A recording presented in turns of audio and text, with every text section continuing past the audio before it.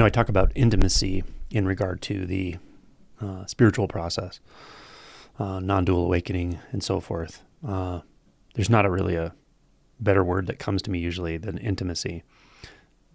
But I can also see, like, psychologically how the word is a bit loaded. It could be construed as referring to romantic intimacy or physical, sexual intimacy with another human. But I just want to point out that's not what I'm talking about. Most people watching this already know that, of course, but that's just kind of the usual context of the word. So, it does have some baggage, I suppose. But this is not what I'm talking about. When I talk about intimacy, what I mean, and by the way, this generally doesn't arrive and remain reasonably stable until after deeper realization, non-dual specifically, and then no self helps a lot, although that is almost a different kind of insight.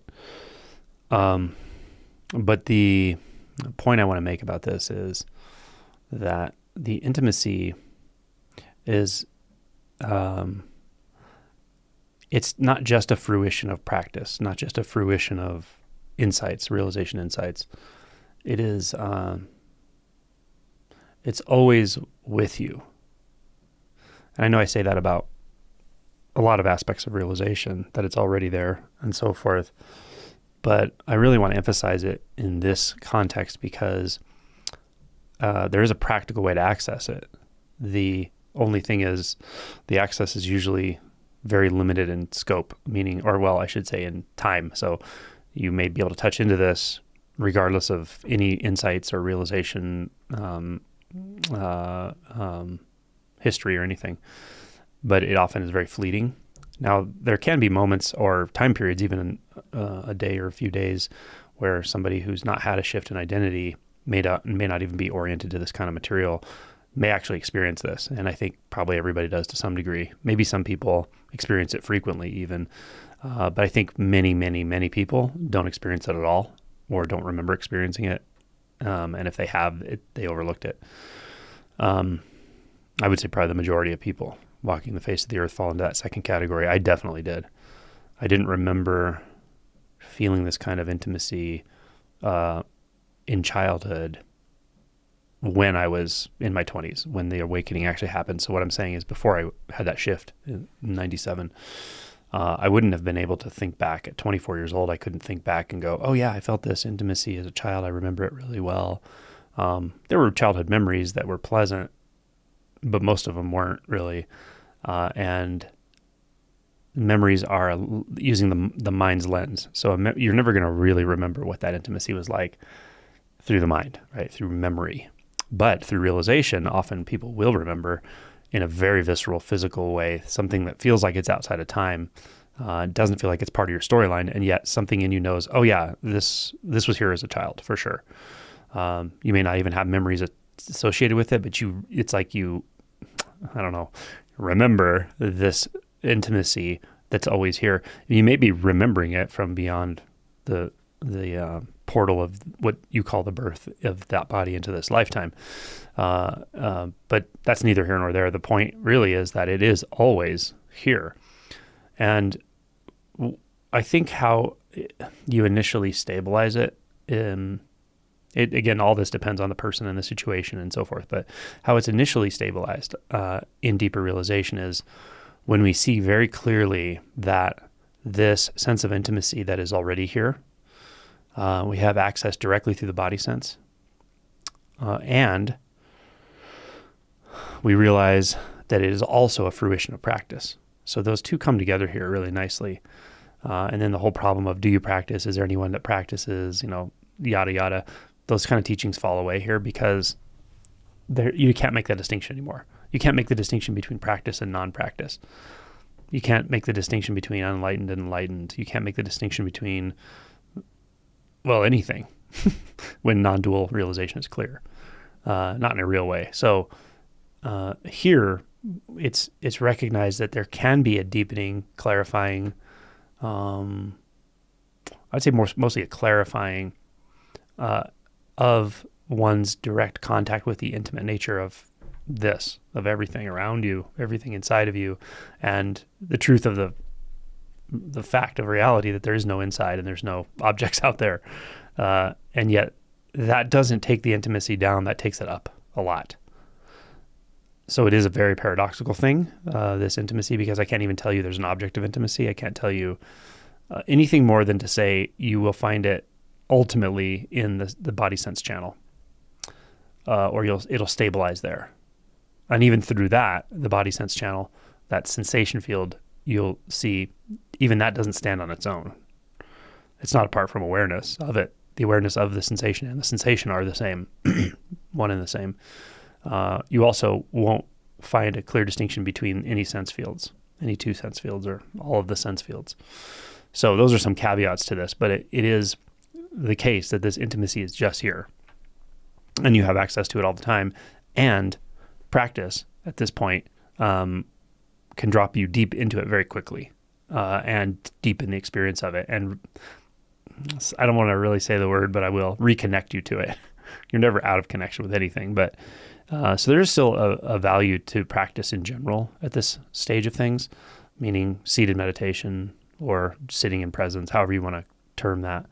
But essentially putting all the distractions aside and allowing the aliveness that is you right now to engage the truth of what has been realized, and to sometimes use practical tools to calm the mind. So this comes down to calming the mind, right? What I said earlier about people having touched into this probably periodically throughout their life and forgetting about it or overlooking it. It's kind of like, well, why would they forget? Why would they overlook this? It's because of the mind. That's it. It's because of the constant dissociating nature of thought. Even if you don't feel like you're dissociating in a pathological way, and you may not be, that mechanism is just a little relentless. It can be there even when the thoughts are calm, when the mind is calm, and there can still be this sense of pulling back away from experience, subjectification, as I describe in my book. So the practice of specifically unbound consciousness, if you're interested in cultivating that practice, check out my playlist called Consciousness. And I recommend this.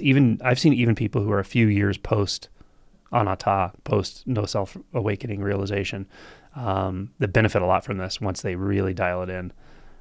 So I'm not going to go into a bunch of details about how that works and why people without a self-structure can still benefit from specific types of practices. But you can, and in fact, you're much more amenable to, your system is more amenable to fine-tuning these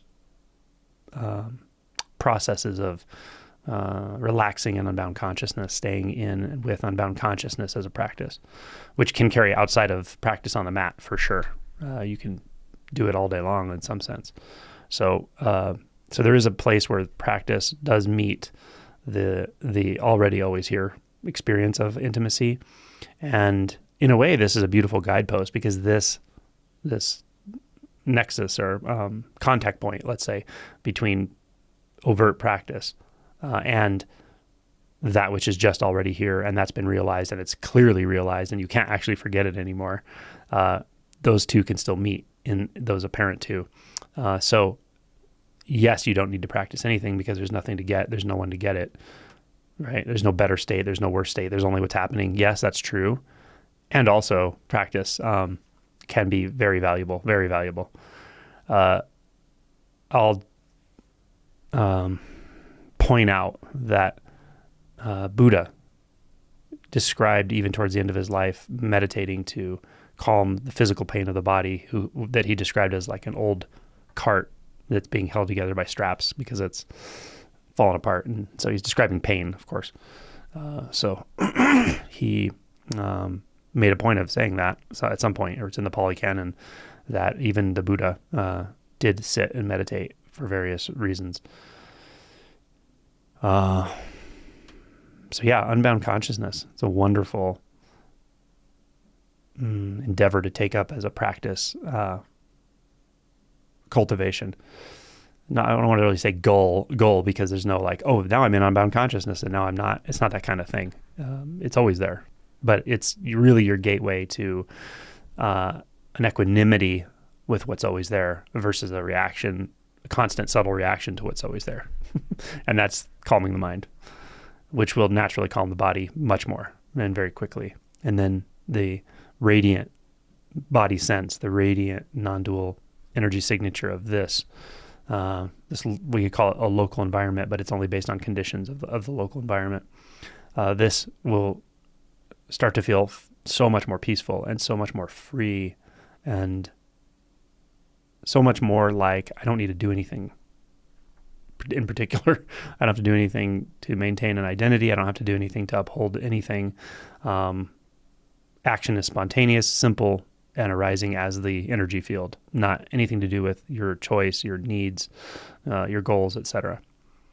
So this is where intimacy leads into a deeper peace that at some point can be reasonably unbroken, if not completely unbroken, and the sense of ongoing freedom, which is not apart from the peace. It's not apart from the intimacy of this mere aliveness. Plain old, let's just call it aliveness, or we could just say energy. A key insight to really get you here, though, is the mind-body drop, to realize very directly there's no body. And if you're curious about what that means, I have a non-duality playlist that has a lot of explorations of the physical sense and so forth. Or Fetter, you can go through the Fetter model, Fetter work, and see that what that does is layer by layer deconstructs the experience of duality. And if done properly, it will lead you to this knowing. And even with the knowing that never comes and goes, practice cultivating the equanimity of thought, equanimity of mind, the mellow bliss of maturity of practice. It's accessible to all of us, and it's wonderful. So don't hold on to one side of practice or no practice, especially in deeper realization. You don't need to take a stance on that. It will appear when it appears, but there's a value to practice for sure still. I don't know anybody personally that I would say won't benefit at all from cultivating a deeper experience of unbound consciousness. Not that I've ever met. So, yeah.